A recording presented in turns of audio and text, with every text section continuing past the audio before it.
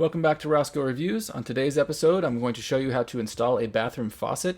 I'm going to do this install on a sink that is not attached to the vanity, so it'll make it a little bit easier to see how all the pieces go together. For today's project, we're going to be using a Moen Adler. These are very common. They're available at every hardware store and on Amazon, and I will include a link for them in the description of the video.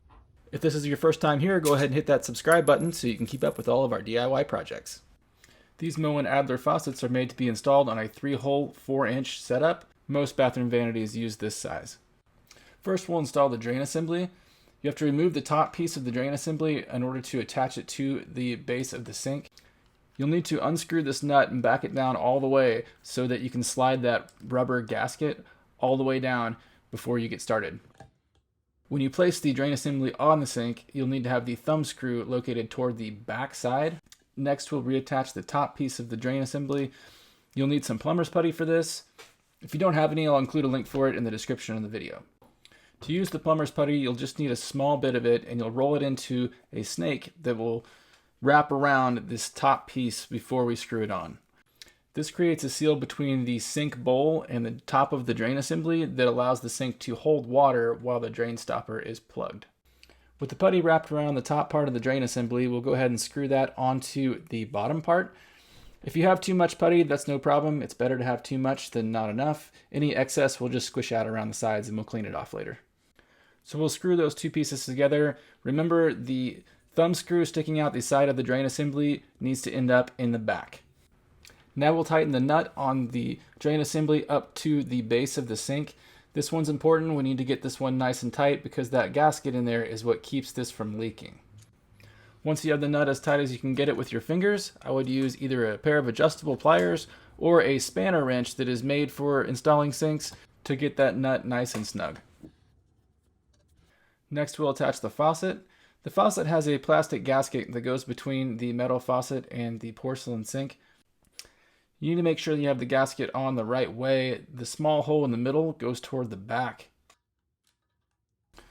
I didn't do it in my video because my sink is not attached to the vanity yet, but it's a good idea to put some silicone caulk around this gasket to seal it onto the vanity so that no water leaks down through there.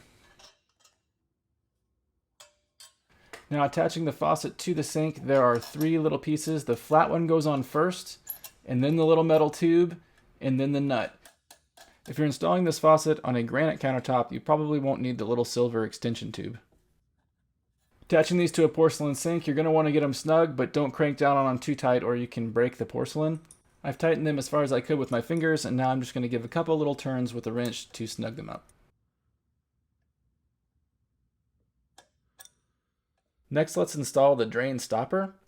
The rod with the plastic ball on the end is what raises the stopper up and down. It inserts through the little D-shaped hole in the bottom of the stopper that allows it to raise up and down inside the sink. So when inserting the sink stopper, you want the hole to face on the back side so that the rod can go down into that D-shaped hole on the stopper. You'll have to remove the thumb screw and then insert the rod with the ball into the stopper, and you can test it to make sure that it is raising the drain stopper up and down. Then we'll put that thumb screw back on over the top of that little ball. And you'll tighten that down. Just finger tight on this one. If you crank it down too much, it makes the stopper really difficult to pull up and down. Next, insert the stopper pull down through the top of the faucet. The stopper pull will attach to the flat piece with all the little holes in it. This flat piece has all the holes so that it's adjustable depending upon how deep your sink is. You'll need to determine which hole is the proper depth for you. For this sink, I'm going to be using the second from the bottom. To attach the flat piece, you'll use this little clip. The little flat piece with all the holes gets sandwiched between the clip when you slide it onto this ball rod. This part can be a little bit tricky to get it on there.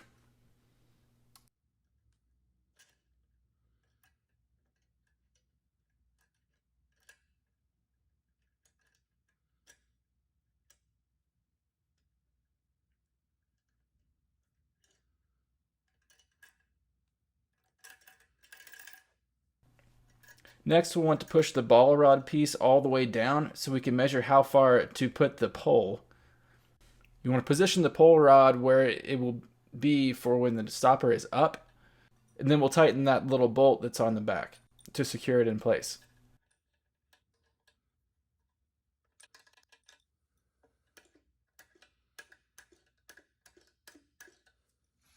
Now we're going to install our supply lines.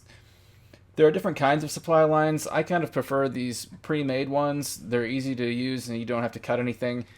The supply lines that I'm using are 1/2 inch to 3/8 inch. That is pretty standard. Most shutoffs in the US are the 3/8 inch. These are available at any hardware store, or I will put a link for them in the description of the video. You'll start by putting them on finger tight, but you're going to need to use a wrench or a pair of pliers to tighten them up farther.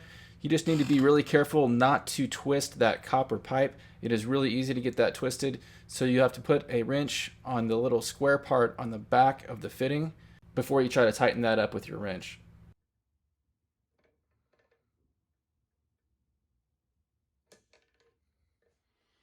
We're now ready to connect our P-trap to our drain assembly.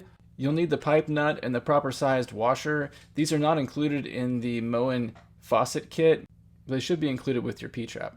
We're going to be going from 1.25 inches to 1.5 inches, so I'll need to use the thicker sized washer on this nut. The nut goes on the drain assembly first, and then the washer goes on. The washer needs to be placed with the taper side down, as you see here, so that it fits down into the P-trap. Then when you tighten the nut down, it will push that washer into the P-trap, creating a seal. We have one final thing to connect, and that's our supply lines. We're going to attach those to the shutoffs. The supply line from the left side of the faucet is the hot side, and it's typically the same way underneath the sink, but you may need to double check in case yours is backwards. We can now turn our water back on and check for leaks.